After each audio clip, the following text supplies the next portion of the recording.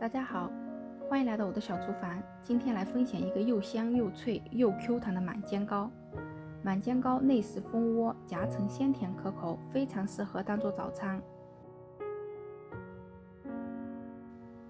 准备150克中筋面粉，加入白糖、小苏打、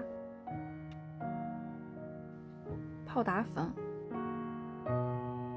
然后加入温热的水。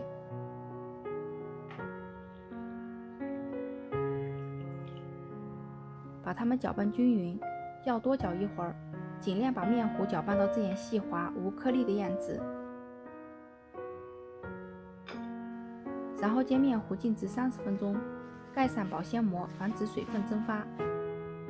现在我们来准备一点满煎糕的夹馅儿。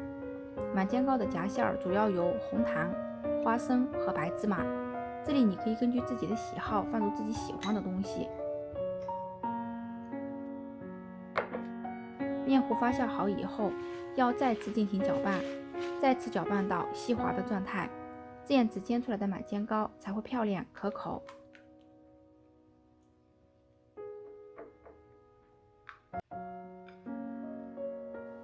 使用一个不脏的平底锅，无需用油，先开大火把锅烧热，然后转小火，舀一勺面糊，慢慢的倒入平底锅中。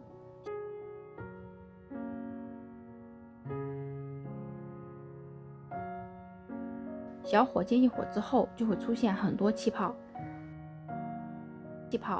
等到周边一圈气泡形成之后，舀一勺红糖花生碎，均匀的撒在上面。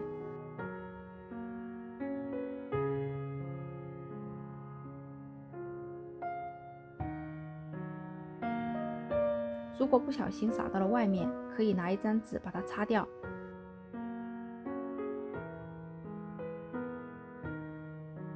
继续用小火煎，直到面糊上层完全熟透。这个过程大概需要3到5分钟左右。你可以通过观察面糊上层颜色的变化来确定面糊是否已经熟透了。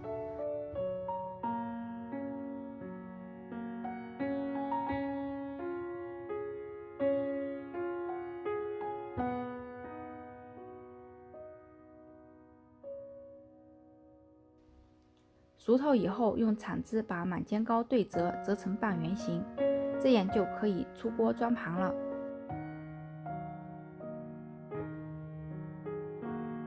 现在我来撕开一个给大家看一下，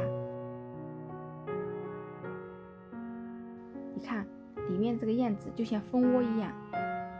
刚出锅的满煎糕表皮会有点小脆，而中间的糕体却非常的 Q 弹。